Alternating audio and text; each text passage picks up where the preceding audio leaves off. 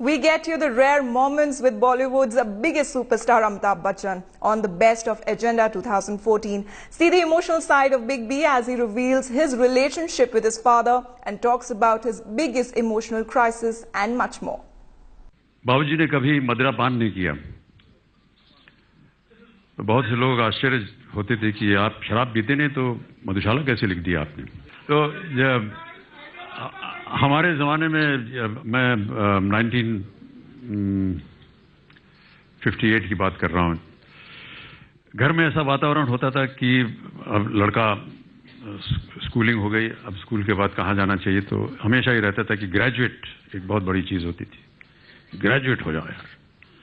आजकल के नौजवान तो 5-6 साल की उम्र से बता देते हैं कि उनको क्या करना है, और यहाँ पर सब बहुत ही विख्यात और शानदार क्रिकेट के महारथी बैठे हुए हैं। इनको और कहीं ना कहीं इनके मन में आया होगा कि हम जाकर के क्रिकेट खेलेंगे, और बहुत पहले से तैयारी कर ली। हमारे ज़माने में ये था कि माँ बाबू जी कहते थे ग्रेजुएट हो जाओ। तो मैंने सीनियर कैम्ब्रिज किया था, उसके बाद ग्रेजुएशन किया 3-4 साल यहीं दिल्ली यूनिवर्सिटी से। लेकिन उसके बाद जब नौकरी ढूंढने गए तो कहीं मिले नहीं, और एक तरह से बड़ी एक फ्रस्ट्रेशन रहती थी, क्या करें, ग्रेजुएशन हो गया, कहाँ नौकरी मिलेगी।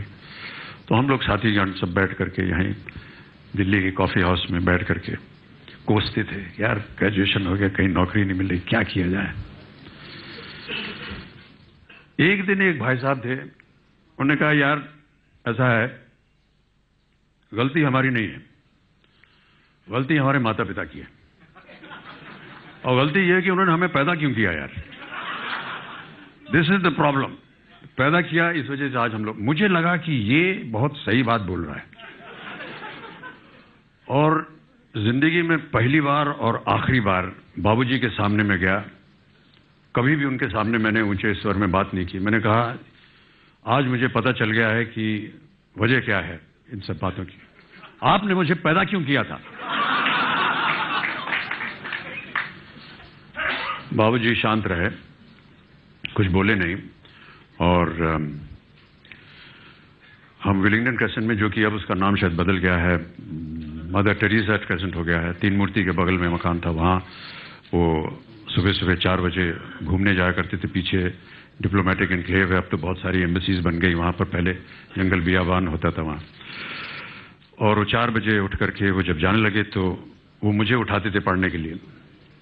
तो एक कागज़ छोड़ गए बिस्तर पर, और मैं जब उठा तो मैंने देखा कि उन्होंने एक छोटी सी कविता लिख करके, जो रात को मैंने उनसे कहा था, उसके उत्तर में उन्होंने ये कविता लिखी।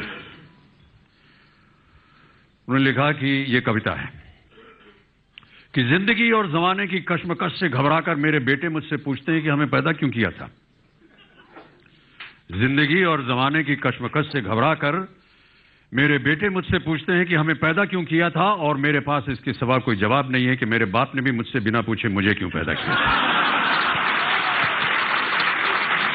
और मेरे पास इसके सिवा कोई जवाब नहीं कि मेरे बाप ने भी मुझसे बिना पूछे मुझे क्यों पैदा किया था, और मेरे बाप को उनके बाप ने बिना पूछे उन्हें, और उनके बाबा को बिना पूछे उनके बाप ने उन्हें।